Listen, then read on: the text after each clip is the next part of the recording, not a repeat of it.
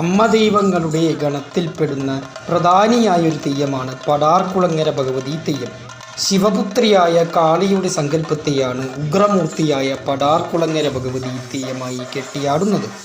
ശിവന്റെ ഹോമാഗ്നിയിൽ നിന്നും ഉത്ഭവിച്ച ഭഗവതി ശിവന്റെ വസൂരി രോഗം ശമിപ്പിക്കുകയും പിന്നീട് സൃഷ്ടജന പരിപാലനത്തിനായി ഭൂമിയിലെത്തുകയും ചെയ്തു എന്നതാണ് ഈ തെയ്യത്തിന് പിന്നിലുള്ള ഐതിഹ്യം.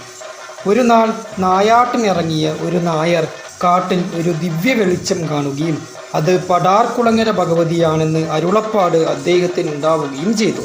തുടർന്ന് പടാർകുളങ്ങര ഭഗവതിക്ക് നാട്ടിൽ സ്ഥാനം നൽകുകയും പടാർകുളങ്ങര ഭഗവതിയുടെ തെയ്യക്കോലം കെട്ടിയാടി തുടങ്ങുകയും ചെയ്തു. നീലേശ്വരം, കിനാവൂർ, കാരിമൂല, പടാർകുളങ്ങര കാവാണ് ഈ തെയ്യത്തിൻ്റെ ആരൂഢസ്ഥാനം. പണ്ടുകാലത്ത് പടാർകുളങ്ങര ഭഗവതിയുടെ ആരൂഢത്തിൽ ചെന്ന് പ്രാർത്ഥിച്ചാൽ സ്വർണം ലഭിക്കുമെന്ന വിശ്വാസമുണ്ടായിരുന്നു.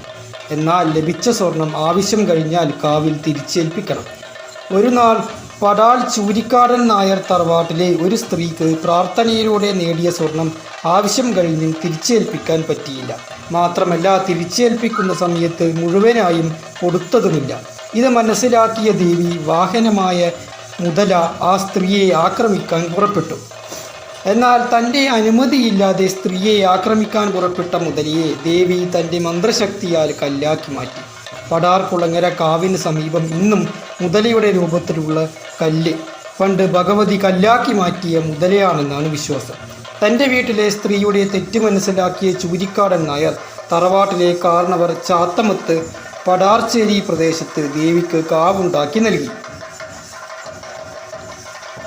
പടാർകുളങ്ങര ഭഗവതിയെക്കുറിച്ച് മേൽപ്പറഞ്ഞ ഐതിഹ്യമാണ് കൂടുതൽ പ്രചാരത്തിലുള്ളതെങ്കിലും പാലാഴി സമയത്ത് മോഹിനി രൂപം പൂണ്ട് വിഷ്ണുവിൻ്റെ സങ്കല്പമാണ് പടാർകുളങ്ങര തെയ്യമായി കെട്ടിയാടുന്നതെന്ന് മറ്റൊരു ഐതിഹ്യവും പ്രചാരണത്തിലുണ്ട്.